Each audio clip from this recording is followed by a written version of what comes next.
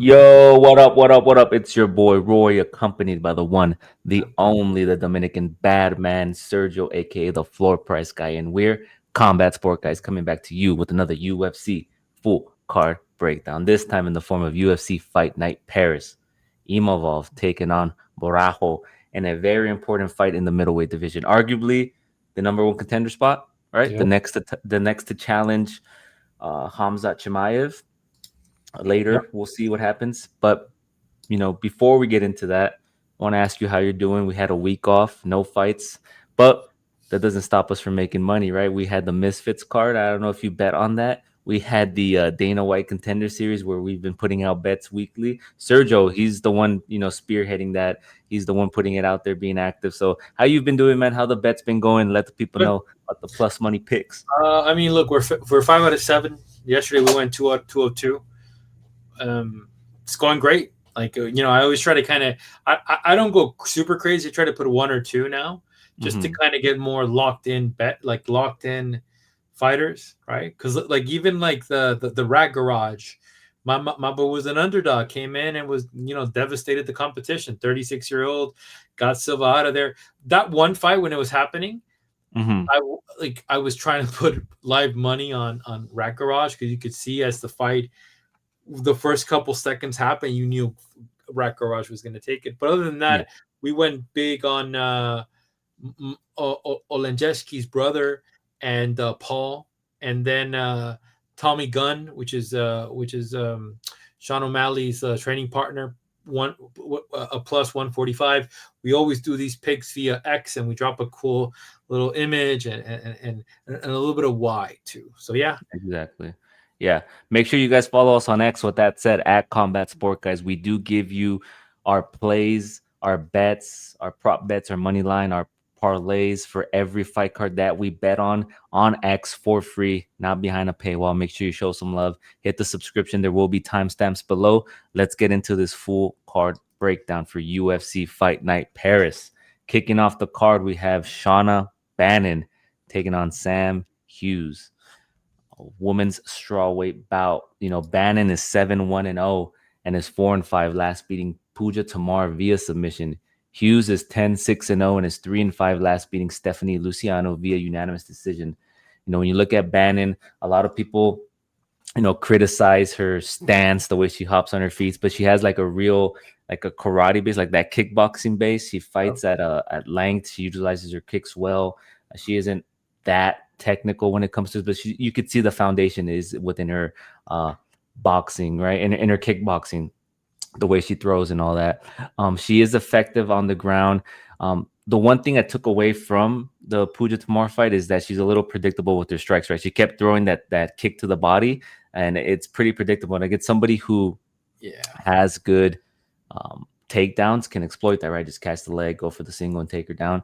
She's going up against Hughes, who has decent striking. She has a lot of output. She has good cardio, and she fights at a pace, right? And a lot of her fights, if you look at her past 2 fights, I think it is, she was the underdog in both of them, and she ended up pulling out decision victories. This is an interesting fight because Shauna Bannon, if you look at her last 2 against Alice Ardelean, she was facing a bigger person who came in on short notice, and she got the decision win. She did stuff some takedowns. She did look good on the ground in some moments. And arguably the fight could have gone either way, but she got the decision. Against Pooja Tomar, she did get tagged. She got dropped. But despite that, she overcame that conflict and that adversity, and she ended up getting the submission win, right? So she is good off her back. She does have a developing jiu-jitsu. She has good jiu-jitsu, good cardio. It's going to be an interesting fight, man. I think this fight hinges on how effective Hughes is going to be with the takedowns, with the pressure, right? Is she going to be able to secure them? I know you had talked about Hughes in her last 2 fights, how many takedowns she's attempted and she's secured and she's controlled, right? So with Hughes' pressure and everything, and a lot of unknown surrounding Bannon in terms of like how she looks on the ground when she's dominated by a decent grappler, it's going to be interesting though. But I think in this fight, I'm going to have to go with Hughes based on the pressure alone, man. and this is where it's good to disagree, right? I Hmm. think and I put a tweet that just went up at 6. Bannon, when I put money on her, she was a plus 210. Right Hmm. now, she's sitting at a plus 270. By the way, that's how much the line has swayed to Sam Hughes. Hmm. Um, like she's gonna look to keep these fights standing. There's no mistake about that. I Hmm. really think Sam will probably land one or two takedowns, Hmm. and Shannon's going to get right back up. So the stat that I picked up in her last 3 fights with Hughes, she landed three of 8 takedowns against Luciano, attempted nothing against Dudakova, and then landed 0 of 6 takedowns of Hmm. Dragai. That's horrible, by the way, champ. Now, here's the thing: if you're Shannon Bannon and you've been prepping for this girl, you understand she's gonna come in like my concerns is the calf kicks, and my concern is the takedowns. She's probably gonna get 1 or 2 takedowns, but I think if she could get back up, use her kind of karate kicks to keep her at bay, and then stun her, I think she has the decision victory here. That's why, again, I like Shannon Bannon at plus money. She ain't fucking around, bro. And like I Yeah. said, plus 270. Maybe I'll throw a little bit more money because I really think she picks up the victory here. Yeah, I think her takedown defense and her get up game is it's okay to say the least. But I worry about the pressure, right? Like how's she gonna look when Sam Hughes is pushing forward, getting in her face, getting dirty, right? Like how does she gonna look fighting backwards? Is she gonna be able to maintain that range, maintain that distance, fight at her pace? So we're gonna learn a little bit about Shauna Bannon because Yeah. she has fought some tough competition, but we haven't really seen her taken into like a fight somebody of this caliber with the pressure and pace, right? You get what I'm trying to say? So it's No, gonna be yeah, interesting. So but that's why, right? But like again, like a yeah, 10-6 record is not something to brag about, right? Like that's yeah, my only thing with Sam, that that record's a little bit sus, yeah. The right? Like, record's sus, but in a lot of her fights, she's done well, man. In terms of like just dogging it out, having that grit, and she's like a who would you compare her to? She just moves forward, man. I don't know which fighter I would compare her to, but she's just one of those fighters that moves forward, man, and she just has that dog in her. So it's gonna be an interesting fight. if she comes like Morales, but like, will she possess that conditioning? Will she possess that pace? She also Yeah, like she's not known for her power. That's what I'm trying to say. Like if she had power in her hands, I'd be a little bit more concerned. yeah, Versus Bannon. Bannon lost to Bruna Brazil. Bruna Brazil is a killer. And look, they sent it to China. They gave her to the doctor. She beat the doctor. That was like I gotta say, Bruna Brazil is no joke. Yeah, I'm excited to mhm. see how this unfolds. Like I said, I like plus money as a dog. Let's see. A lot of people are putting Sam. Like if we go to topology right now and we say, okay, how many people are going for example, Shannon Bannon, 68%, Yeah. right? No, I don't discredit her at all. I think her utilization of the leg kicks, her striking at range it's okay. I mean, we'll see, man. We'll see. We'll see. Yes, sir. It's all a gamble, baby. Right on. We'll move on next to Renat Fahkretdinov taking on Andreas Gustafsson. Let me All find right. these notes real quick. Excuse me. I mean, while you find them, we could easily tell if you don't know who Fakirman is. Fakirman is the guy that Fahkretdinov. Fahkretdinov that went to a decision against Leao, and obviously Yeah. Leao had beat him, but apparently that wasn't the case of the judges, and the judges awarded Renovat with the win. Yeah, unanimous decision win, right? Fahkretdinov is 24-2-1. He's 4-5. As you mentioned, he last beat Carlos Leal at UFC Abu Dhabi via unanimous decision, where a lot of people felt that he was down 3 rounds in that fight, right? Or 2 rounds in that fight where the victory should have blatantly went to Carlos Leal, right? It was his UFC debut. He had more output. He beat him on the feet. So weird decision there. He was gifted a decision. He's going up against Andreas Gustafsson, who's making his second UFC appearance. He's 12-2-0 and is 4-5, last beating Chaos Williams via unanimous decision, where he famously said after the fight that he had to go full retard. That was what he said, man. That's the quote that went viral. Everybody was eating it up on Twitter. He went full retard there. So when you look at Fahkretdinov, he has okay striking. His technique kind of withers away with his cardio as the fight progresses. He has good wrestling. Um, and solid takedown defense, right? But you look at his fights. Let's see, Kevin Lee, he submitted him 2 years ago. Uh, Kevin. Elizeo Zaleski, he got a majority. It was a draw. It was a majority decision. And then Nicholas Dalby split decision, and then Carlos Leal. So he's getting these fights and he's winning on the scorecards. And then you look at Gustafsson, he has good striking, he has solid takedown defense. He was signed from the Contender Series. He's athletic. He has a pace, cardio to him, and aggressiveness. And he has. Does he have the height advantage here?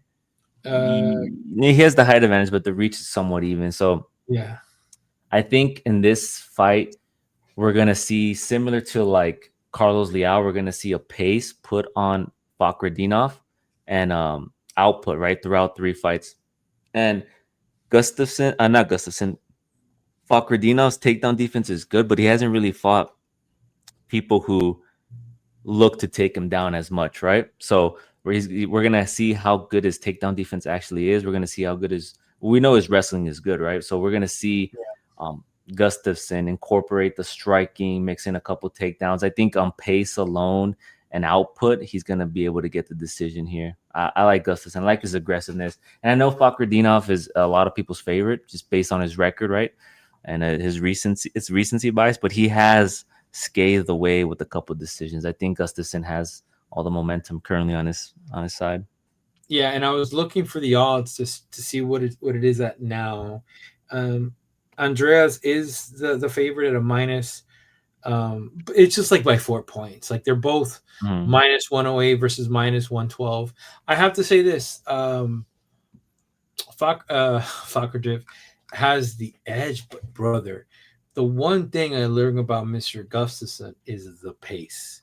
I don't care about the power. At this point, like, if Chaos Williams couldn't put him down, Renat's not going to put him down. I'd be very shocked if he does put him down.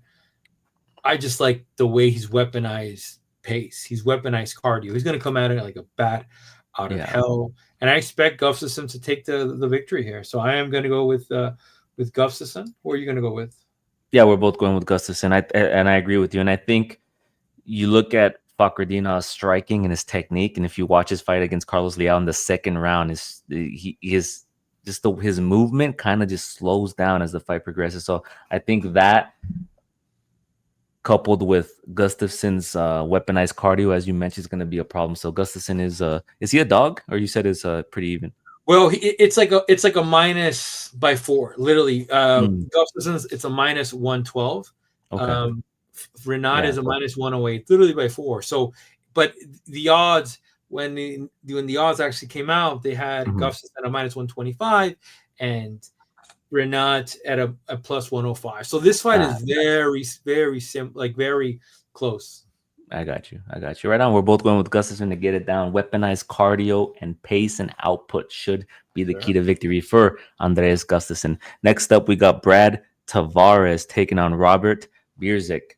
Tavares is 21-10-0 and is 2-5 last, beating Gerald Mearshot via unanimous decision, where his takedown defense was exceptional, right? He was able to stuff a lot of Gerald Mearshot's takedown attempts and keep the fight standing, where he utilized his kickboxing. Bryczek is 17-6-0 and is 4-5 last, losing to Ihor Potieria. One of my favorite names to say, Potieria. He's no longer with the UFC, man. Point, bro. Via unanimous decision. Tavares, as I mentioned, has solid kickboxing. He has a striking edge in this fight, in my opinion. He's never been submitted in the UFC, as I mentioned before in the past. His takedown defense is pretty good at 80%. And both these guys, are 30 or in their late 30s, right? One's 35, the other one's 37. Look at Bryczek. He has a background in boxing. He has okay foot movement. He feints well, utilizes his jabs to set up his combinations. He does have some pop behind his shots. He does have some power. But I think Tavares has more tools, right? He has that UFC savvy, and he's fought the tougher competition, I would have to say, right? I mean, Bryczek in his debut lost to Ihor Potieria, who, his striking's a little good, but he's very inconsistent, right? And I think against somebody like Tavares with his kickboxing, his volume, mixing the kicks, the low calf kicks to inhibit his movement, especially when you're going up against a boxer, right? One of the things you want to do is hit that lead leg, right? Hit that calf, right? To have them switch their stance or limit their movement. He might mix in a takedown or two. So I'm gonna go with Brad Tavares, man. I like him here. I'm gonna go with Brad too, and I just like the fact that, like you said, Robert is hasn't faced the caliber as Brad Tavares. One of the reasons why, if this was a decade ago, I know it sounds crazy, but a decade ago when Izzy fought Tavares like 2017, 2008. Yeah, If this was Tavares back then, the odds would have been like a minus 900. The odds would have been disgusting. But yeah. the fact that we're seeing an aging Brad Tavares coming in with Robert, which again, he's new to the UFC. Um, Puteria won him, and like that's the thing. Puteria is no longer in the UFC. Puteria prior to that has lost all his last fights, and again, MMA math doesn't always make the sense. But Brad's been fighting killers, bro. Like Rodriguez KO. Like, come on, bro. Gregory Rodriguez is no joke. Um, Even then against Jung Sung Park, that was a close fight, and he lost via split decision. If I remember correctly, it was a and I had unanimous. Park. Yeah, Because he's just a dog, bro. Park is just yeah. the turtle, the Time's Iron coming, Turtle, bro. right? It's coming. It's coming, bro. Don't worry. What's coming? The Iron Turtle. What's coming? His L, bro. His L's coming, bro. That's Kidding. crazy. I'm messing with you. I'm messing with you. And then against Gerald, like, Gerald's very inconsistent, and Gerald has looked a little bit agey, but it's also like they've been giving Gerald very good fighters. So, got the W. I think he takes the W here. Right now, he's sitting at a minus 218. Robert is sitting at a plus 180. So there is money coming on Robert, but I don't think he gets it done. Like, I really don't think, he has it in the stamina, like, to get it done. Right on. We're Yeah, I'm gonna both going with Brad Tavares. We'll keep it moving here to a welterweight bout. We have Sam Patterson taking on Trey Waters. Patterson is 13-2-1 in his 4-5 last, beating Danny Barlow via KO, where he was the underdog. I remember that, right? Remember I had picked him. Yep. Everybody was saying he was going to get knocked out. Water is 9-1-0 and his 4-5 last, beating Billy Rakoff via unanimous decision. He makes his way back to the octagon after a year and some time. How long has it been? A year and 3 months. Both these guys are tall, man. They're over 6'2". I think Patterson is 6'3". Waters is 6'5". So they're both big boys.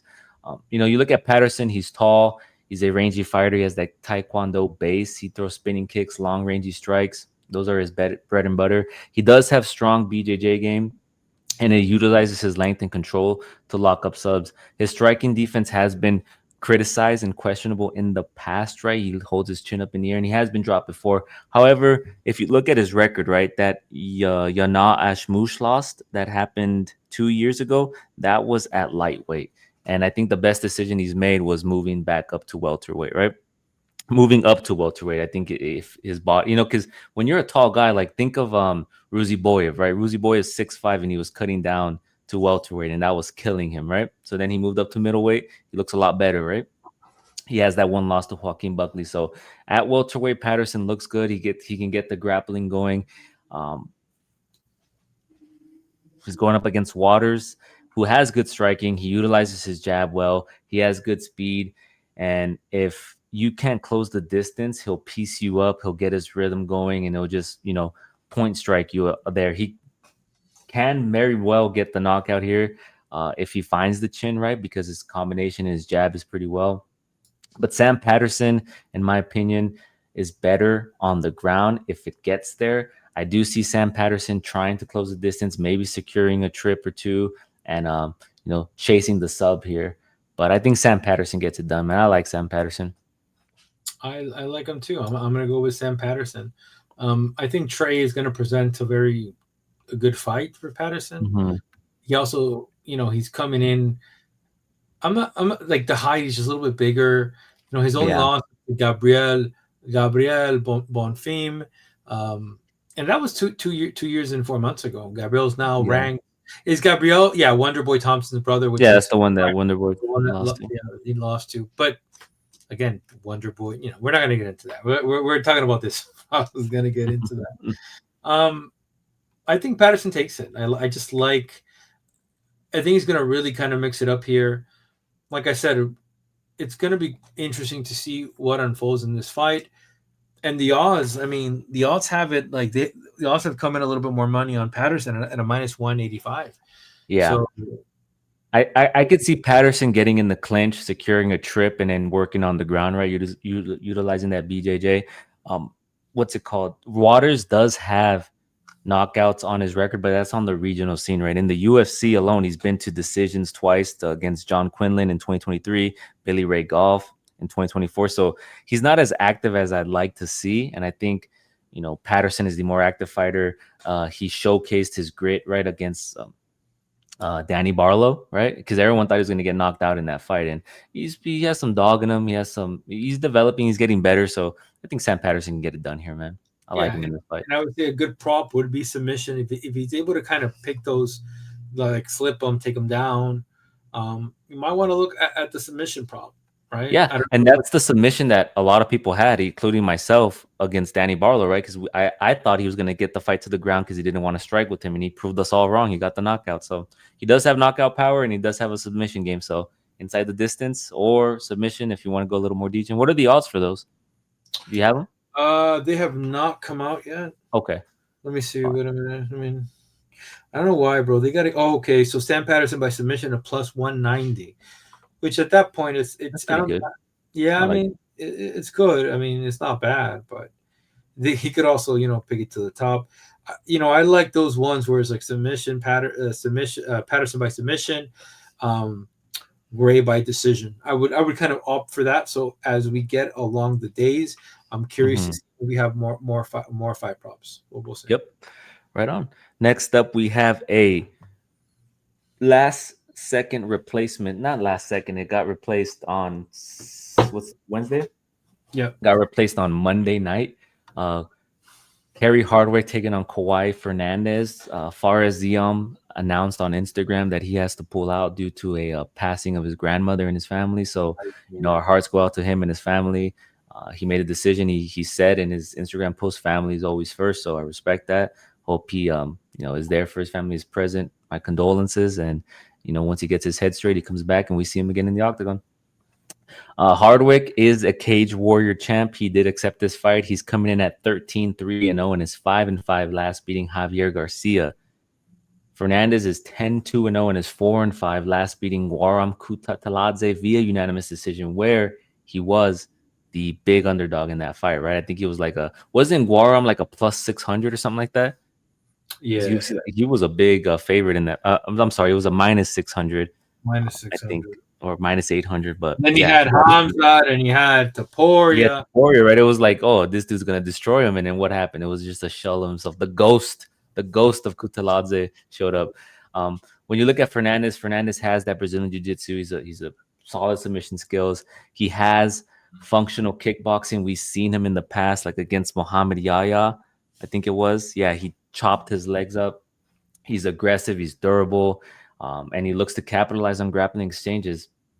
And he is one of the pupils of Jose Aldo, man. So he incorporates that in his game plan. Like you see it with the leg kicks, with the calf kicks against Muhammad Yahya, and then against Kutateladze, he threw a more output and he mixed it up really well.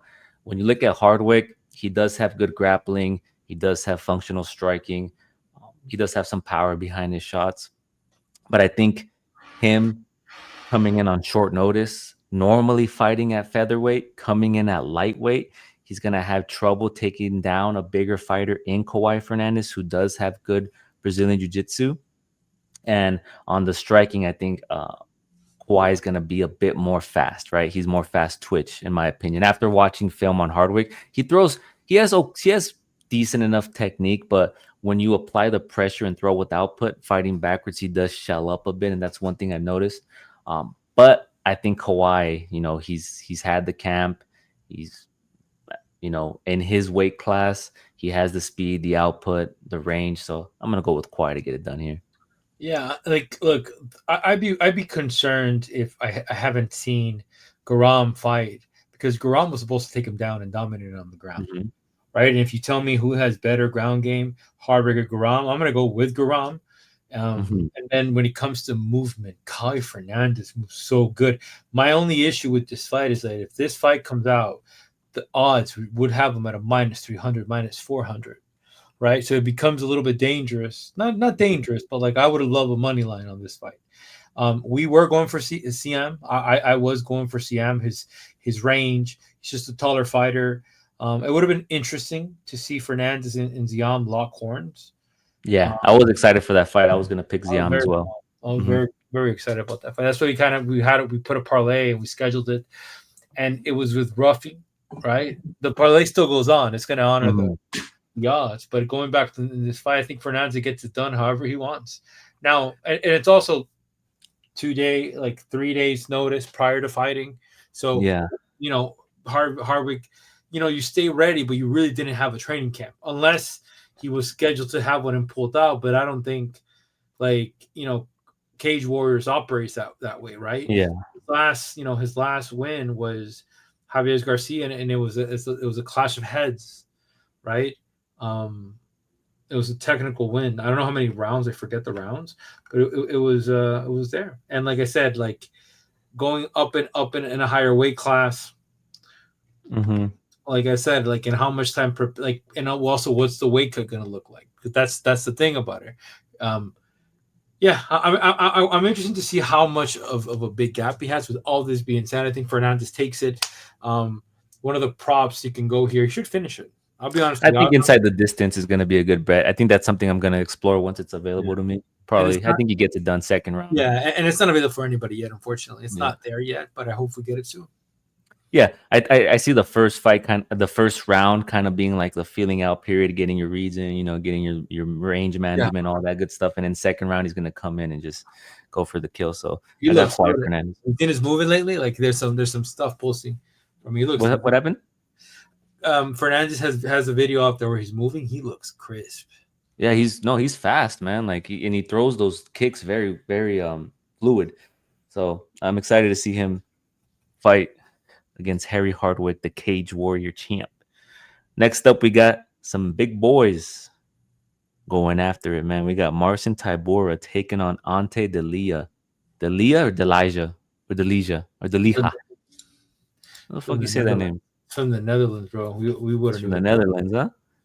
Yeah, All we right, would. we got Tybura, who's 27-9-0 and is 3-5 last, beating Mick Parkin via unanimous decision. Where, in my opinion, that fight could have gone either way. Mick Parkin, I had him winning the first. I think it was the second round, the third round. The third round, I think Tybura won, but the first two could be swayed either way. Delija is 25-6-0 and is 4-5 last, beating Jorgen de Castro via TKO KO. Tybura, as we've come to know, he's well rounded. He has a strong wrestling base and solid kickboxing.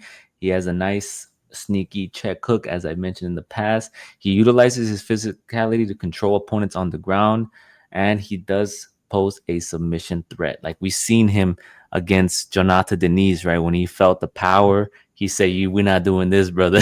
Like, come over, get over here, like Scorpion, right? And took him down to the ground and controlled him.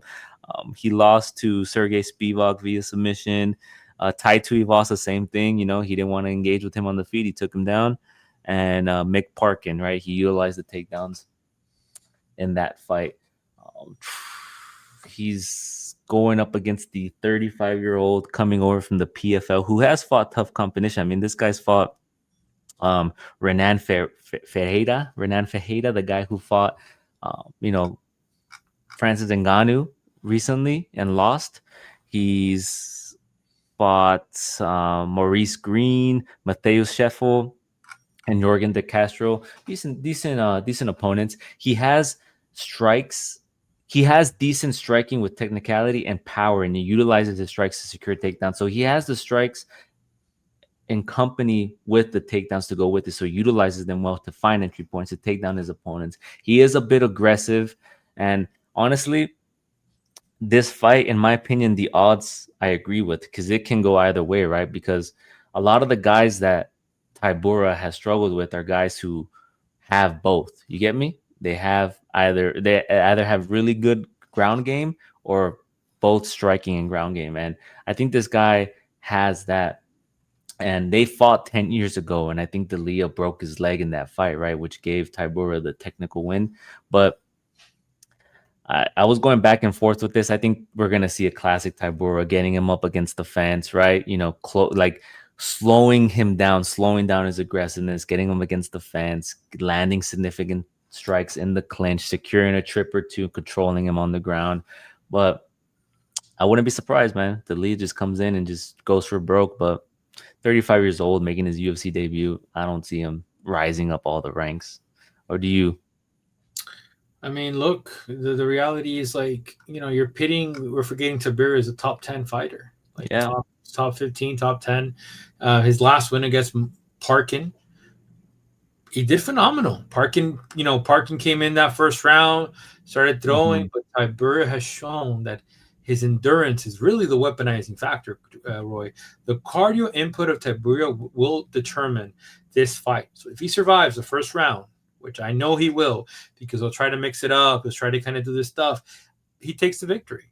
But like I said, maybe a good bet would be, I don't know. I'm looking at one of the prop bets, the lead on the first round, or if not, Tybura wins the whole fight. I don't think Delija has the skill set, sorry, not the skill set. He has the skill set. He doesn't have the conditioning to take Tybura to the second and third round. That's what I'm Yeah, saying. and Tybura kind of does that to his opponents, right? He drags you out and tires you and just gets out of decision. So I agree with you. And he's like I said, he's super good. Like and if you see his losses, like he got an arm bar from Spivak, and Spivak is no joke. He lost to Waldo, in a very kind of close contested fight. You can kind of say plus 200, but prior to that, lost to Tom Aspinall 2 years ago. Mm-hmm. But has looked better. Like has been working. Like looks also leaner. So I'm gonna go with Tybura here. Money line bet too. I Yeah, like Tybura. Tybura. Right on. We're You both going with Tybura to get it done. We'll move on here to our next bout. We have some UFC light heavyweights going at it. Umar Sy, the French native, is 11-1-0 and is 4-5 last, losing to Alonzo Menifield via unanimous decision, where he looked gun shy, right? It looked like he respected Alonzo Menifield. He looked hesitant. A lot of people were disgruntled with that performance because he was in a lot of parlays. He was a minus 1,200 favorite, and now he's now a -4. If he would have knocked out Manningfield, he would have been a Oh, -2,000 favorite in this fight, the right? boogeyman, But the rising contender. Yeah. yeah, rising contender. But he's going up against Ribeiro, who is 17-8-0 and is 2-5 last, losing to Azamat Murzaknov via KO TKO. Sai, he's pretty well rounded. He can strike, he can grapple. I would say he's more dangerous on the feet. He has KO power. He can knock you out with one punch, or you know, overwhelm you with volume and output if he chooses to. He also has the wrestling and the grappling upside. He's going up against Ribeiro, who is an offensive striker with decent grappling. We have seen him in the past get submission victories up against like DR, Nergaziev last time, 2 fights ago. He can fight well on his back or top. However, he does have poor striking defense. That's something I've always said about Ribeiro ever since he fought what's homeboy's name? Since we first broke him down, since we started doing this, right? Like Ming Yang Zhang put him out. Magomed Gaziazulov put him out. Kyle Machado was a split decision, but he was getting hit on the feet. And then DR Nergaz's kind of been proven to be kind of like not UFC caliber, right? Like he's lost his last 2 fights. So, and then he lost to Azamat, who's been knocking out everybody at light heavyweight. So is Sai going to add to that? I think we could see Sai, utilizing his range. He is taller by 1 inch. He does have the 2 inch range, the 2 inch reach advantage.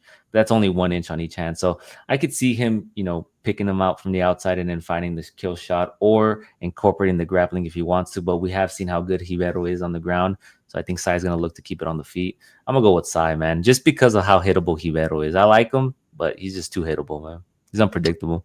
And you know what? Prior to skill set, one of the things that I was aiming for Ribeiro was the reach, and I'm looking at the reach and the height get neglected on the advantage side. So he's going to have to come inside.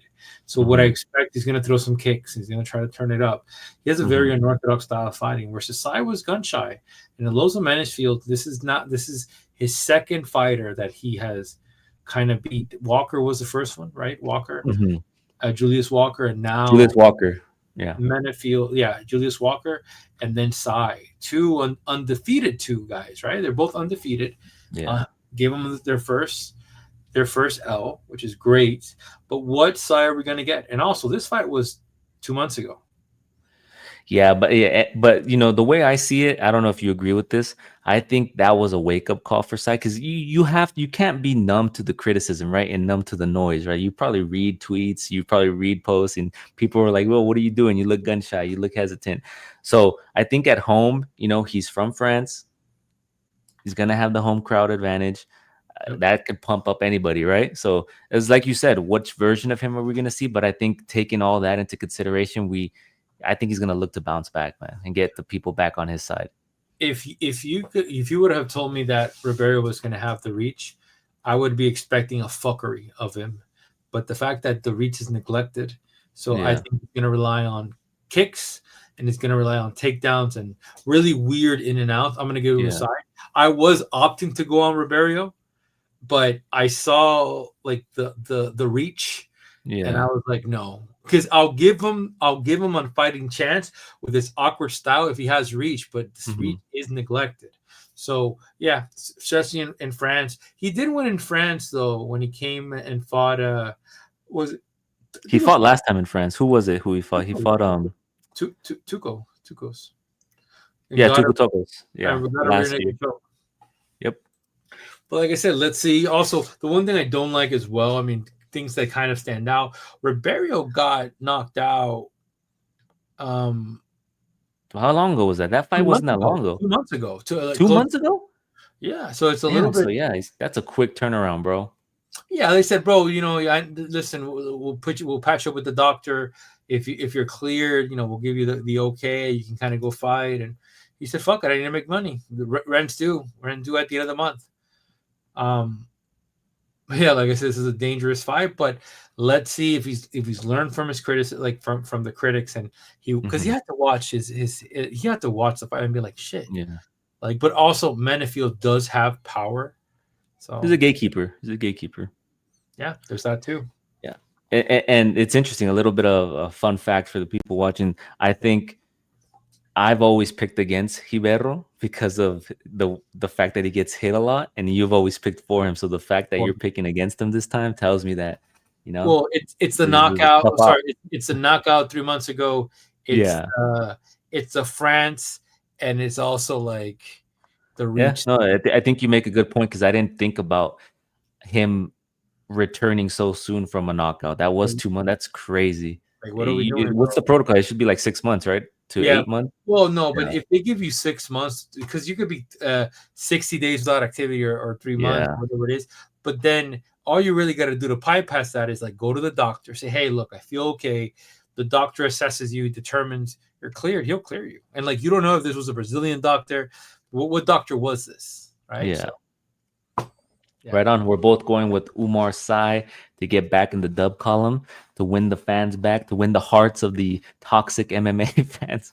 So we'll move on here to our next fight. We have William Gomis. Is this the featured prelim? Yes, this is the featured prelim. We have William Gomis taking on the debuting Robert Ruchala. Gomis is 14-3-0 and is 4-5, last losing to Hyder Emil via split decision where, you know, prior to that fight, a lot of people criticized Gomis because, oh, he's a decision merchant. Oh, he's a point fighter. He's boring. But, Yeah. Hyder got that out of him. That was a fun, exciting fight. Like a lot of people left that fight thinking like, damn, Gomis is a dog. He can dish it back. And that was an entertaining fight. So he's going up against Ruchala, who's 11-1-0 and is 4-5, last beating Casper Formella via KO TKO. What do we know about Gomis? He's a tactical kickboxer. He's pretty rangy. I think in this fight, he's going to have the 2-inch height advantage. He's at 6 feet.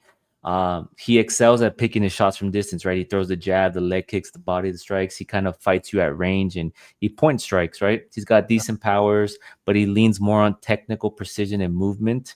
He moves lateral movement to kind of, steer away from any danger. His grappling is functional. He has good takedown defense at 70%, and he has solid Brazilian jiu-jitsu. And you look at Ruchala, this is his debut. He's an active striker who has speed, flash, some strength behind his punches, some power. He throws a flurry of combinations. He can grapple if needed. I think this fight, in my opinion, is going to be similar to the Hyder and Mill fight. This guy's going to come out aggressive, right? It's going to come out aggressive, but William Gomis is going to be able to utilize the movement, tire this guy out. It's his UFC debut. It's in the octagon. I don't know if the fight nights are the octagon bigger than the Apex. Is it somewhat? No, it's the same size as the Apex. Say same size as the In front of a crowd. Okay, so yeah, given the crowd, the octagon, it's going to be interesting to see. But I do imagine that this guy's going to come out hot, and then as the fight progresses, Gomis is going to do what Gomis does best, right? Pick and pop, pick and pop, pick and pop. Utilize that lateral movement, pick and pop, and then kind of wear this guy down. So I'm gonna go with Gomis. He should keep it at distance, point strike him, and slow the pace down. That's how I see this fight going.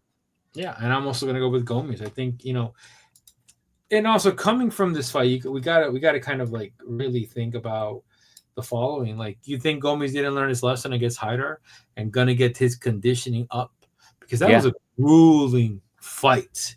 That was a good fight. Yeah, that was a very good fight. And Hyder got knocked out in the first round. Was over and I picked Hyder in his last fight, but he was over aggressive, right?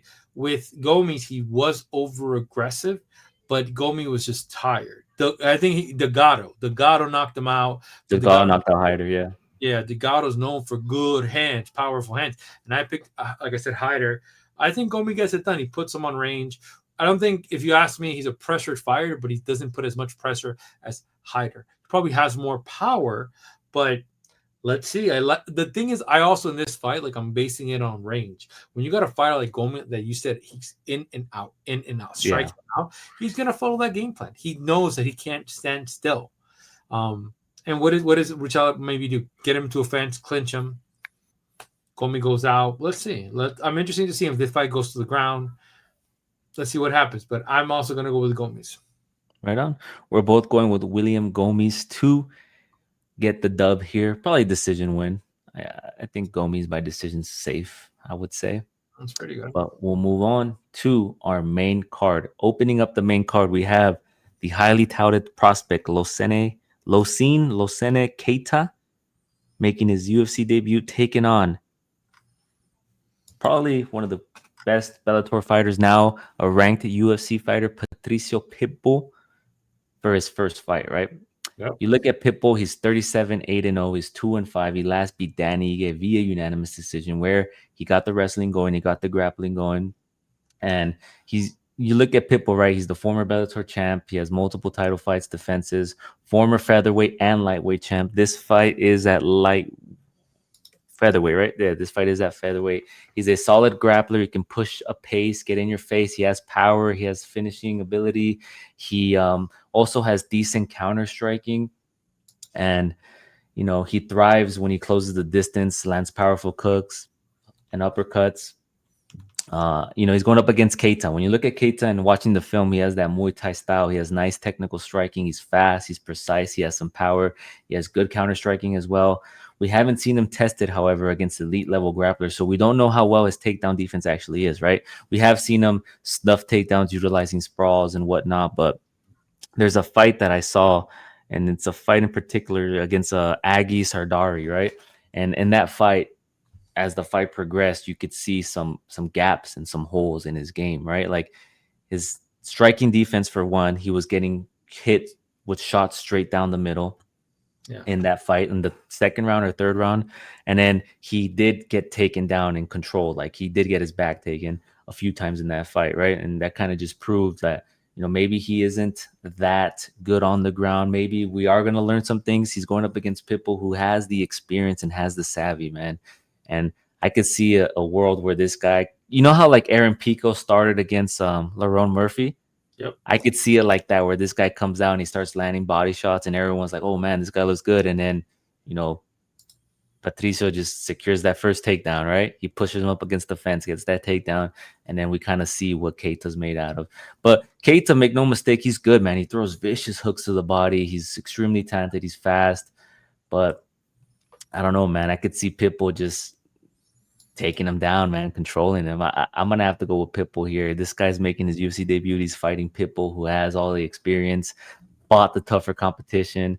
I mean, they gave Pitbull the top 5 ranked featherweight as his first Yeah. fight, and he took him to a decision, right? Ah, man, that was a stupid, idiotic decision. And like, there was a tweet that went out today, and it was Usman Nurmagomedov talking shit about, I saw Taporia. yeah, but talking about Tybura and I could beat him and all that shit. And it's like, bro, Pico, um, Pitbull, who's the other guy that lost too? There was another one that also lost in the Patchy mix. Patchy Mix. Like, look what happened with Patchy Mix. But that's Like, what the UFC does, bro. They take these highly touted prospects from other organizations and they give them fucking killers to humble them, bro, to just prove, like our organization is better. You got, Eddie Alvarez, when he came in, you don't remember this, but Eddie Alvarez fought Donald Cerrone. And what Yeah. happened? Cerrone whooped that ass. Well, decision. It was a decision. But this has no Gilbert Melendez with Sergio Pettis. Mhm. No, he fought one time. No. It was Sergio Pettis versus Anthony Pettis versus Gilbert Melendez. I might be wrong, but he came in as a strike for heavyweight champion, fought Pettis. Pettis submitted him. There's a gap thing. When you start to face the top 15, top 10, you encounter a situation of that. Yeah. Now looking at this kid was fighting at lightweight, right? So he's cutting down. Also, this fight is a month old. There's not that much preparation for this guy. This fight was announced, if I'm not mistaken, like a month or two ago. So first time competing, and that's the thing about it. Like these guys that fight in other organizations, they tend to drop weight. Yeah. Because that's how it works, unfortunately, in the world, in the UFC. Like, okay, buddy, you can't really make it. Yeah, the thing is, Keita's going to have some good reach on him, but I don't know. I expect people to kind of get it done, similar to and Danny Ige. Come in, use his Muay Thai, use his striking a little bit, set up the takedowns, try to take him down. Also, Keita's a very buff individual. What is he going to look like at 145? Right? Does he gasses in his first fight? This is a very intriguing fight. I'm going to go with Pitbull here. I'm in the same corner as you. I think Pitbull has the endurance to kind of, take him to a decision. Mm-hmm. And I wouldn't be surprised if this guy comes in hot, knocks him out. That'd be amazing, right? Be like, okay. I don't think he's gonna. If he knocks out Pitbull, I mean, that'd be pretty impressive. But I just see the savvy, and I see him taking him down and just styling on him. You said he normally fights at lightweight, right? Is that what you said? Yep. Yeah. He's dropping down too. It's interesting. Yeah, I think that Aggie Sardari fight made me think like, okay, because initially I was looking at his striking, I was looking at some of his fights like, man, this guy's good. He's sprawling, he's stuffing takedowns, but once he gets taken down or once he gets hit down the middle, like you could see, man, like there are some little gaps in there that could be exploited by tougher competition. But yeah, I'm gonna go with Pitbull as well. I think he gets it done. Yeah, the thing is, apparently he was like kind of like a double champ or something like that too. So he might have been fucking around at that weight division, right? Like I don't know, but I'm still gonna go with Pitbull. Like I don't feel like the guys, the caliber of fighters that have fought, like he hasn't fought nobody like Pitbull before. So this is his first time he's gonna go to the party and try to bang. So yeah. Right on. We'll move on to our next bout. We have a welterweight bout. We have Reese McKee taking on Axel Sola.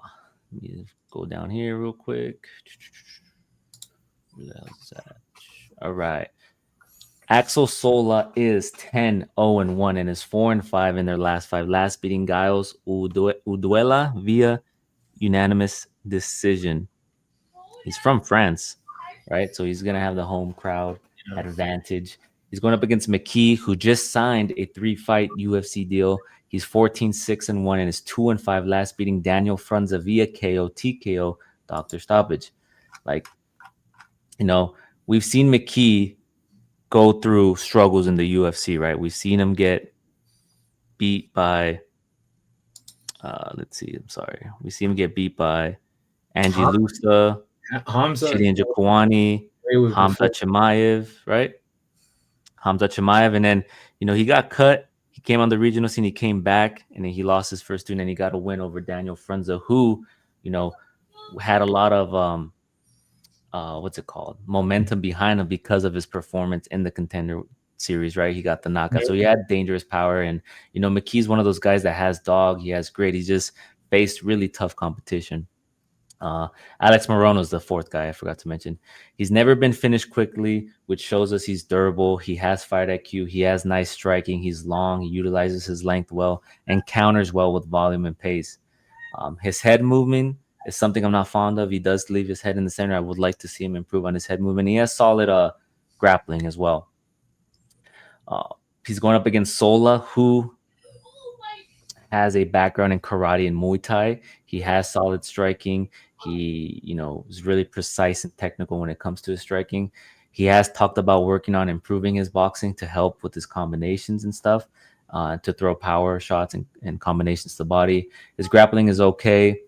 He does look for subs once on the ground and can scramble and secure dominant positions. He's moving up from lightweight to welterweight to face McKee. He has fought in the welterweight earlier in his career, but at lightweight, he was fighting smaller guys who were either featherweights moving up to lightweight or just lightweights who were undersized. And if you look at a lot of his competition, they all have like 0-4 records, 1-3, 1-2. Like the level of competition is just different. So I don't understand why he's a favorite here, to be honest.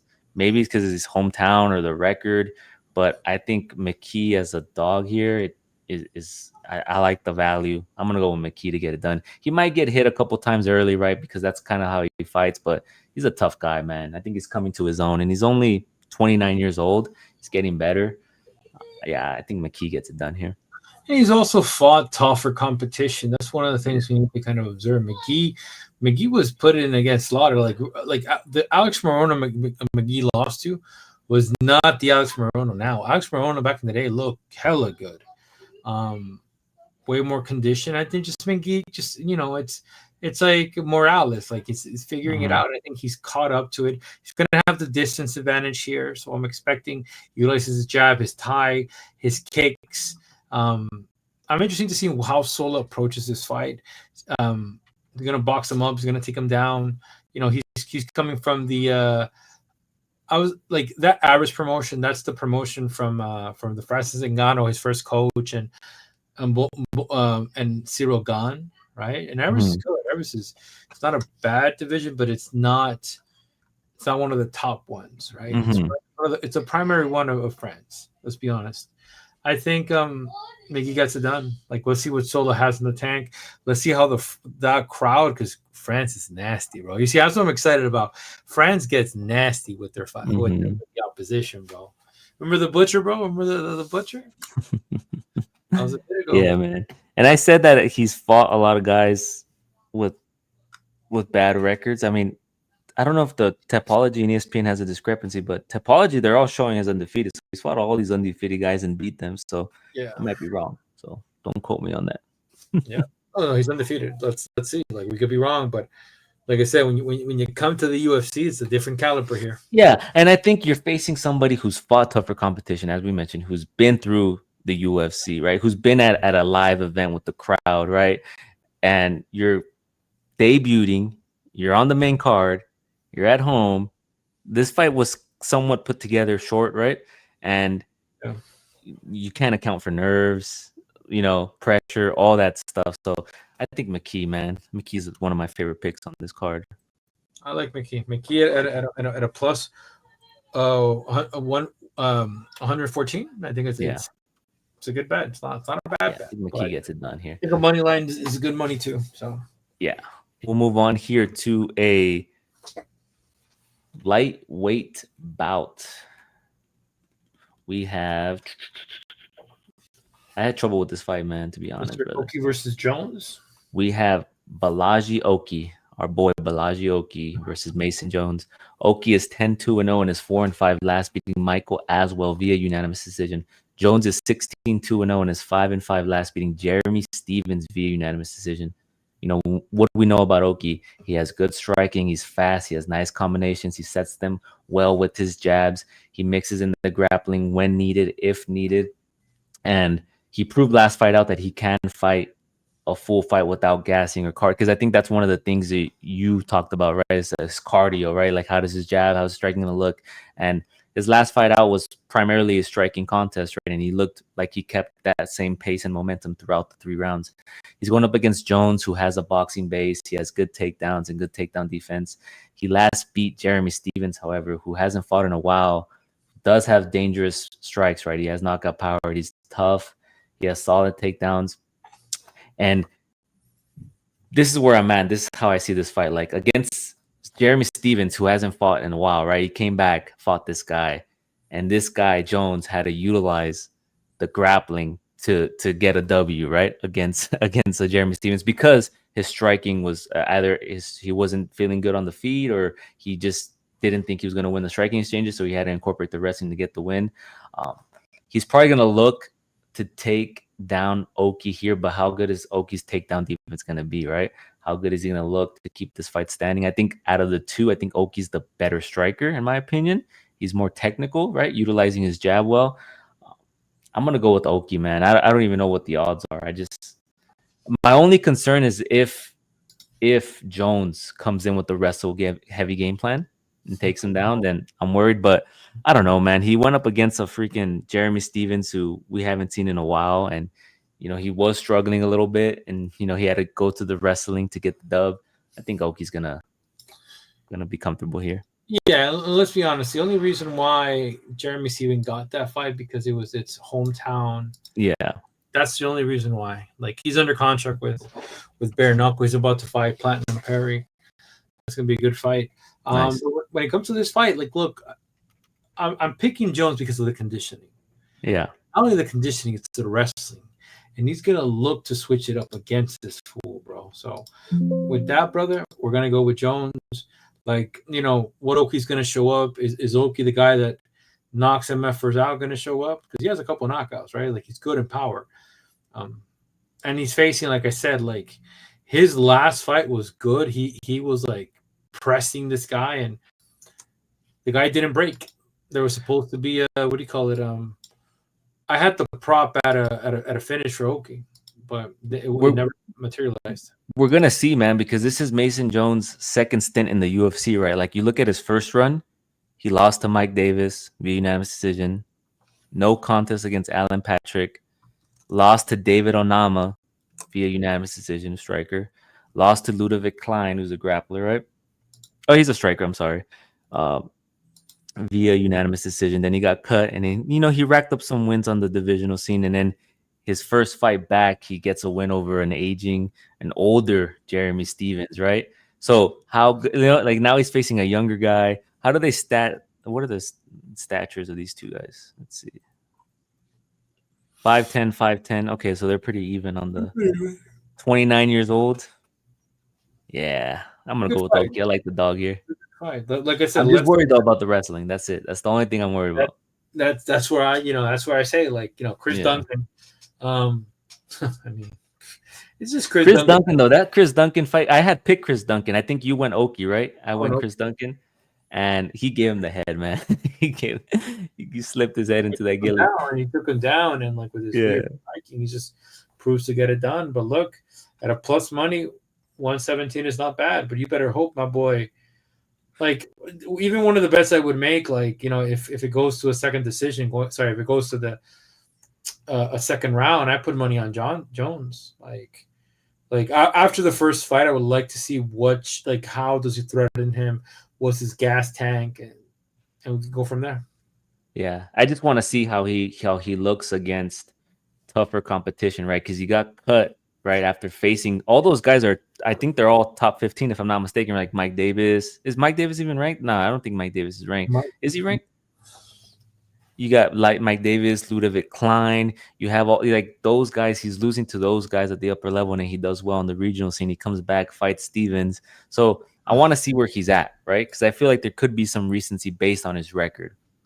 Yeah, that was a while ago too. That was 2012. Like after that, he went 2021. Yeah, 22 with Klein. Yeah, 22. And Mike Davis too. Mike Davis is not the like this. Back then, it looks different now. But yeah, let's see what happens. Let's see if he's a better fighter. This fight should give us an indication of what his grappling is. Because if I'm Jones. Also, like, here's the thing about Stevenson. You said my man couldn't even fight Stevenson, bro. Stevenson has always presented a problem on Yeah, he on has the the fist, bro. he has the eraser. But Like, Stevenson doesn't have wrestling as well, brother. That's the key to beat him. yeah, but that's why he took him down. That's why I was like, Yeah, why would exactly. I, And also, like, like that was a massive fucking favorite too for Mason. Came like at a -600, and it's just It was a like, good fight. It was a good fight. yeah, it was good, but it's like we got to call it for what it is. If you've been training these he knocked out Eddie Alvarez 2 months prior to that, and he wasn't practicing his jiu-jitsu, in his grappling, his wrestling. Like, his everything has been standing up. So going into that fight is muscle memory. That's all I'm trying to get at. Like, that's why, like, Mason was a good win. But yeah, let's see if he gets it done. Yeah, we're on opposing ends here. I'm on the side of Oki. You're on the side of Jones. We'll see what happens. We'll move on to our next fight. We have some light heavyweights going at it. We have Modestas Bukauskas taking on Paul Craig. Modestas is 18-6-0 and is 4-5 last, beating Ion Cutelaba via split decision, where you can make the argument he probably lost that fight, right? We were on the side of the Hulk here, man, and our boy lost. Craig is 17-9-1, is 1-5 last, no contest to Rodolfo Bellato, which was due to the accidental illegal upkick, where Bellato showed the world that he has some decent acting chops, huh? My boy acted like he woke up from a dream, bro.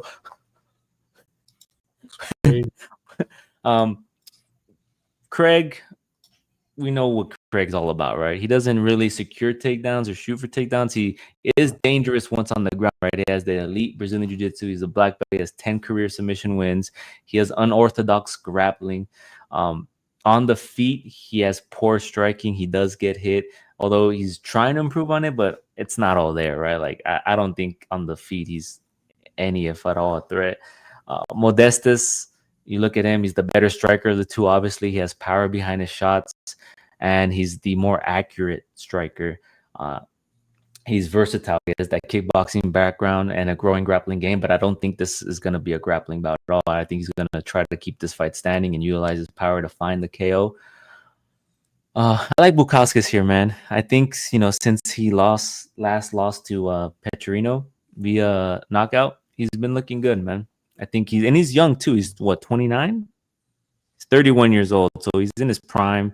Going up against the 37-year-old Paul Craig, who doesn't have the best striking or the striking defense. I think Bukauskas can get it done. But I wouldn't be surprised if Bukauskas does something dumb, finds himself on the ground and gets submitted. But I'm gonna go with Bukauskas, man. I think the power on the feet is good.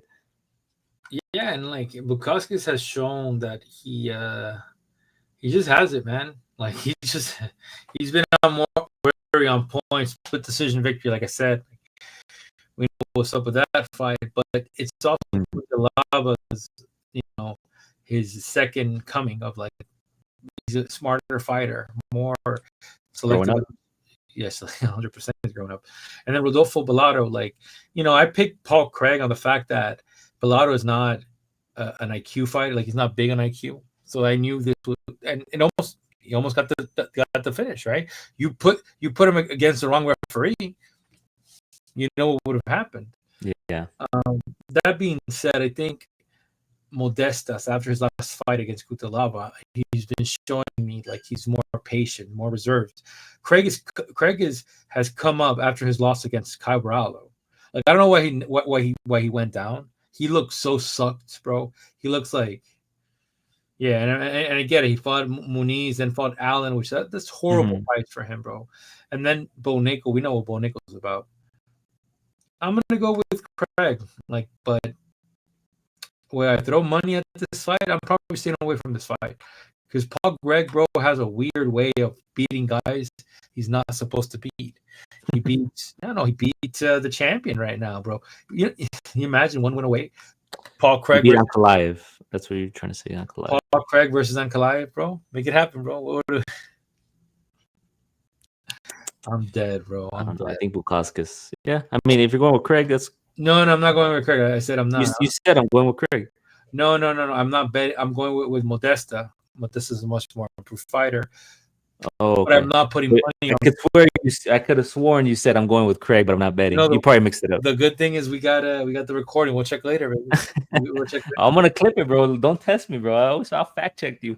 Okay. But yeah, I agree with you. That's why I said I wouldn't be surprised if Craig does some crazy shit because, as you mentioned, he is unorthodox, right? He's a bit like weird with his movement and whatnot. So yeah, Bukauskas to get it done for both of us. We'll go into our co-main event. We have one half of the fighting nerds fighting here. Yeah. On the card tonight, we have two fighting nerds. This is one half of them. We have Mauricio Ruffy taking on Benoit Saint-Denis. Good fight. French's own. Saint-Denis is 14-3-0 and is 3-5, last beating Kyle Prepelic via submission triangle choke. Ruffy is 12-1-0 and is 12-5 and is 5-5, last beating King Green via KO TKO spinning heel kick, which became a highlight reel. Saint Benoit is an aggressive striker. He utilizes striking to set up his takedowns. He fights from a southpaw stance. He's known for his relentless pressure and finishing ability. A lot of people are going to mention, and I'm going to mention it here, his fight against Dustin Poirier, right? Like where he looked good early on, and then Dustin Poirier found the chin, knocked him out. Then he got beat by Renato Moicano last year at UFC Paris. He threw a leg kick. Renato Moicano caught it, dropped him down, and then hit him with the vicious strikes and got the victory, right? I think it was in the second round he knocked him out, or did it go to the second round? I think he knocked him out in the second round. And second round. Yeah, the second round he finished him, and he beat a Prepelic who came in on short notice. I think you even tweeted it. Like, this kid looks scared, bro, being in there. I remember that tweet. This kid looks scared being in there. He was on the main card, short notice. I think he took it like on a week's notice, and he got submitted. So I think his aggressive style works against him, right? Because he has been dropped. He has been, beat. And you look at his record, man. You look at the people he's fought. Like, let's see. When he came into the UFC, he lost to Eliseo Zaleski. Okay, he lost via unanimous decision. And welterweight, bring that to welterweight too, right? Yeah, and then Nicholas Stolze, he won via submission. Gabriel Miranda, he won via submission, via knockout. And then Ismael Bonfim, he beat. Thiago Moises, he beat. Matt Frivola, he beat. So, I don't know. I look at these the Dustin Poirier, the Renato Moicano, and the Kylo Prepelic, and I kind of wonder if he's probably not in the top 10. Is he like not top 10 or not top 15 material, right? Because there's something to say. He's going up against Ruffy, who is the second coming of Conor McGregor, right? He has that karate stance, that wide-bladed stance. He's an explosive athletic striker with a high MMA, high finishing rate. I think he's at an 8-fight win streak now. He's at an 8-fight win streak. Fast hands, devastating power, creative spinning attacks, and he has a really good precision when it comes to timing his counters, right? Like, his counter striking is really good. He has the athleticism side, the speed on his side, and the explosiveness on his side. And when I look at Ruffy, like, you look at his record, right? Like, people are gonna look at I can already say that people are gonna look at the James Lontop fight and be like, oh, he couldn't put out James Lontop, but James Lontop came in like 20 pounds overweight. It was his last fight on his contract. He came in 20 pounds overweight, and Ruffy pieced him up. And obviously he couldn't. What happened? It was a short notice fight too. Lontop? Yeah, he was supposed to face somebody else. That's why he. Yeah, Lontop came in. He came in 20 pounds overweight, short notice, and then he ended up beating him on the scorecards. Right, he didn't put him out, but came back, knocked out King Green. I think in this fight, for Benoit Saint-Denis to be successful, he's going to have to get the grappling going, right? Because that's going to be what everyone thinks Ruffy's takedown, Ruffy's weakness is going to be right on the ground. We haven't really seen him on the ground. We've seen him in those scrambles, seen him on his back, see him how he looks. And then for Ruffy, it's obviously find that KO, right? Because he has been chinned. We have seen him being chinned. We have seen him being beat with the ground and pound. I think the one thing about Benoit Saint-Denis that I've noticed is like in a lot of his fights is that he drops his hands like in the later rounds. Like if you look at the Prepelic fight, like even though he was winning, I think in the which round was it? Which round did that finish? The second round. Yeah. Like at the beginning of the second round, he had his hands low and then he shot for the takedown.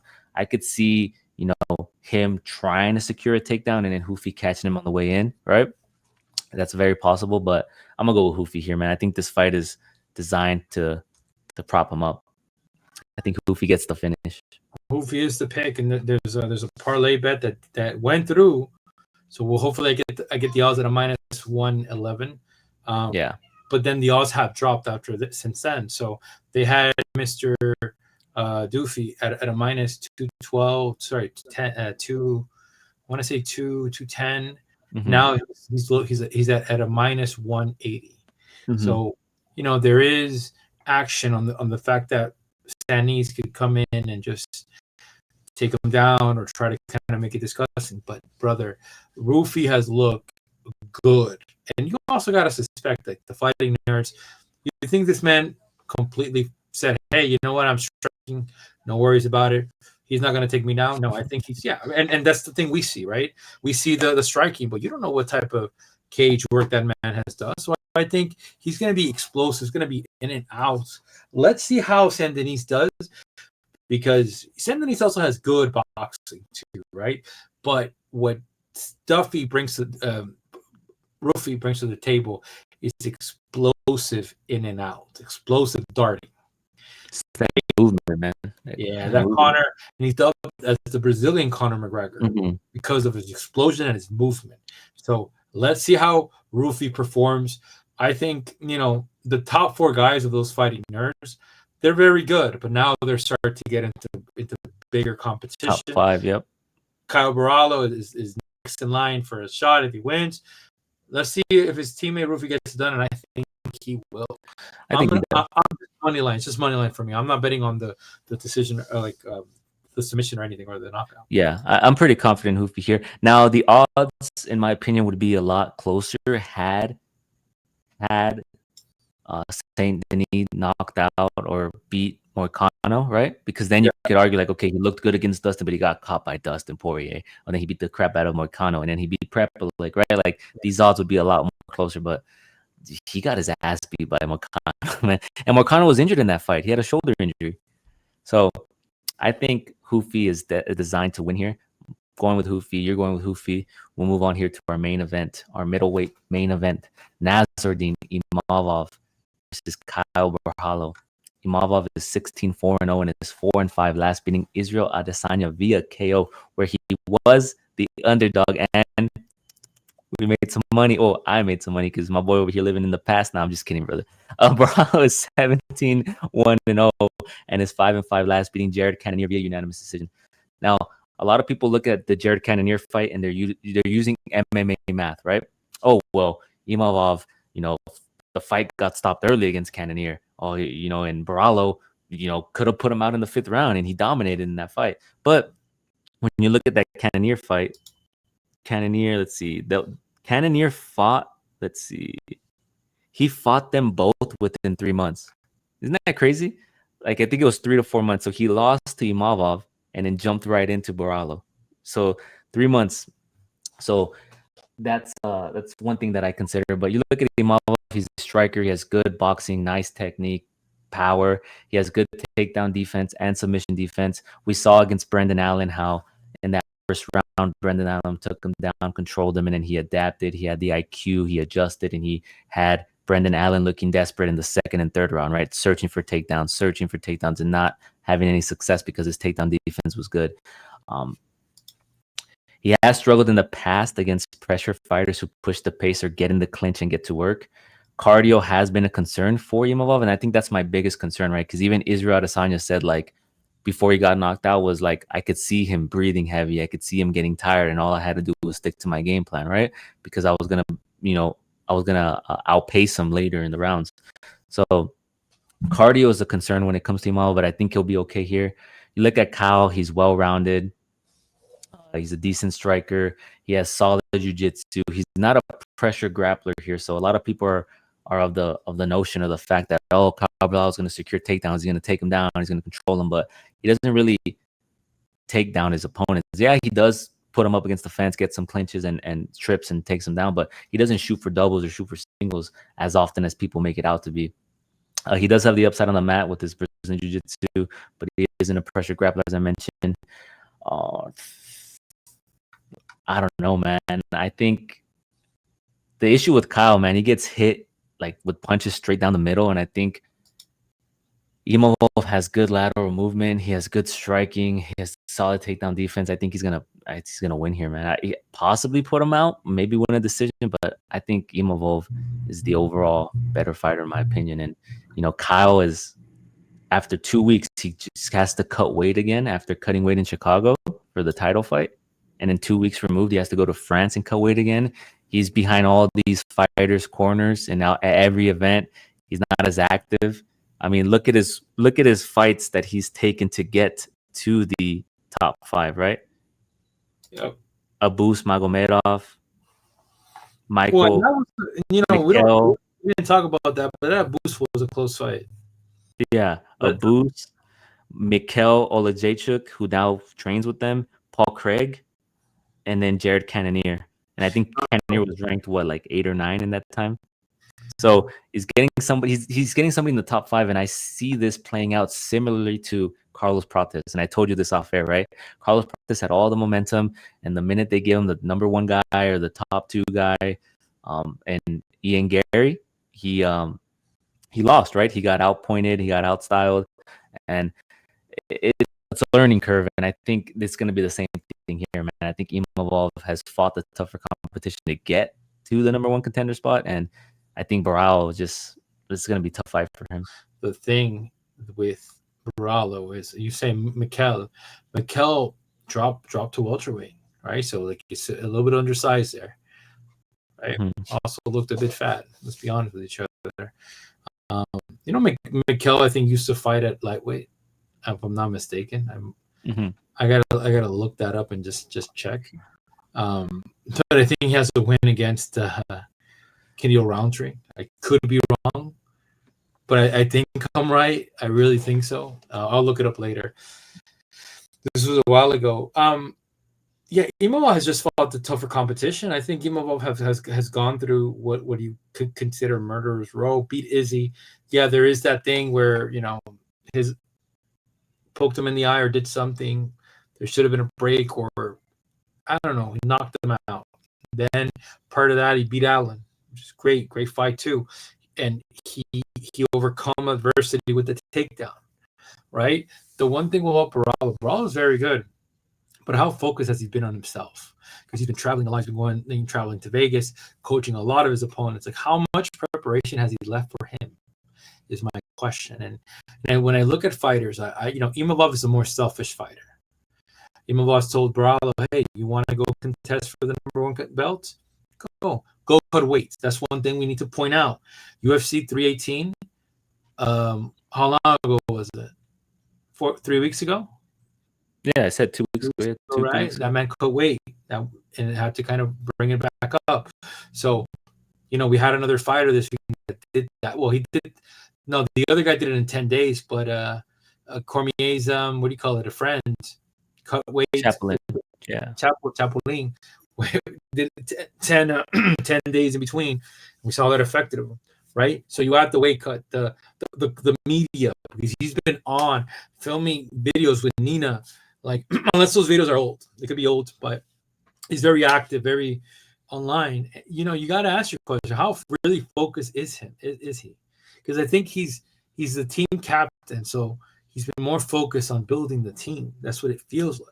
We're gonna know all those questions get answered tonight, because Cannonier, I'm an OG fan, and Cannonier, put him in trouble for a little bit. You saw his face. He pieced him up a little bit. I mean, obviously, if you look at the stats, he landed less, but those strikes did some damage to his face. I mean, he had that noticeable cut right here, right? 100%. So Imavov, I think he's just been more locked in, and he knows the fighter that he's getting. I mean, we haven't had a wild number 1 contender fight. This is going to be the number 1. I don't like the fact that if you look at Borralho's last fight against Cannonier, Cannonier went and fought 2 guys prior to that. He fought RoboCop and he fought MVP. After that. After that, yeah. No, 100%. After You said that, prior. Yeah. Oh, yeah, my apologies. But Borralho hasn't been active. How is he going to look? It's his second main event. We know he could go 5, but it's been a while. So I'm going to go with Imavov, man. Imavov should get this done. I got a money line on Imavov. Like, happy he's a dog. Yeah, I think Imavov gets it done. And, like, you look at, this is why I hate Twitter sometimes. Like, a lot of people post the fight with Sean Strickland of him losing, and they're like, "Oh, how do you lose to Sean Strickland? Kyle Borralho is going to destroy this man." It's like, this cat is 29 years old, right? He's coming into his own. Like, he's entering his prime, basically, right? I think for fighters, their prime is between 28 and 32 or 33, and he's entering into that age. And I think he's developed well enough as a fighter. Like, he's developing the tools. He's piecing it all together, man. Just look at the competition. I mean, he fought Joaquin Buckley. Granted, that was Joaquin Buckley at middleweight. He lost to Sean Strickland, unanimous decision, no contest. Chris Curtis, Roman Dolidze, Jared Cannonier, Brendan Allen, Izzy. Yeah, man. I think he just has the tools, man. Because for Kyle to have success, he's gonna have to close the distance, secure some key takedowns, right? End the rounds with takedowns, right? To kind of like look good for the judges. But I just think on the feet, man, Imavov's counter striking, his boxing is going to be a bit too much for him. I mean, if Jared Cannonier was piecing him up like that, just imagine Imavov. And Imavov is coming in here. I saw an interview today. He talked about, like, they asked him, "Is this personal for you?" Right? He goes, "Hell yeah, it's personal for me. It's already personal." And Borralho has been calling him out for months, right? He called him a rat. He said that the people of Dagestan are ashamed of him, that the French are pussy. All this stuff he's been saying. So you think my man's gonna take that lightly? We'll find out. Yeah, like, he just has to go present himself and handle business. It's gonna be a good card. It's also an early card, so I'm very thankful that I'm gonna try to, like, I don't train any, like, I'm gonna be at home at 12. I'm gonna be at home too. Yeah, 12 I get home from work, and so I'm gonna try to get some sleep and just, like, really enjoy this card. 8 cards in the prelims, 12, 14 fights. Crazy. We're supposed to have 15, I think. 14 fights. 14 fights. 14. Nobody else dropped. It was just added. Okay, that's good. No, nobody else dropped. I think the fight that did get dropped was Yunesi Dubin. She was supposed to fight. Okay. So it's going to be interesting. I want to see the crowd, brother. Looking forward to this, man.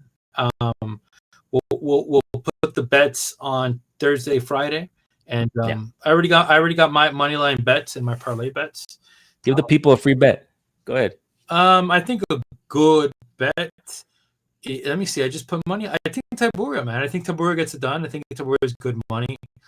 I also think, if you want to be on the more cautious side, go Ruffy. Ruffy at a minus 170. He's still good as a money line. I had parlayed him with Ziam and him. Like, I had parlayed him. I get bypassed now, so I get that odds at a minus 111. But I say Ruffy's a good pick as a money line fight, man. I got to say, now that it's dropped, like, I'm probably going in with, like, maybe like $100 and just throwing it on Ruffy. Like, I don't know. Yeah. I'm sorry, bro. For those that say, "Oh, but Saint-Denis was in France," brother. Mokano was also in France. We saw what that happened. So, and that was quick, bro. That just shows you that fight, that if the judges don't stop that fight and it goes to a third round, Saint-Denis could have recovered. There's a great possibility, because that's what happened against what's his name? You know him, Benio Dariush. Starts hot the first round, brings it down. Yeah, so it would have been cool to see Mokano in a 5-round fight, but we know what's up, brother. But yeah, champ, I'll see you Saturday. It's gonna be a good fight. Yeah, make sure you follow us on X. We will be live for the fight. We also are on Threads. We're on Instagram. Just opened up those social medias. Make sure you follow us there at Combat Sport, guys. We will drop our bets on Thursday or Friday. And yeah, all we ask is you show some love, man. Hit the subscribe button, hit the like button, share, and we'll see you on the next one. Love what you love, do what you do. Peace.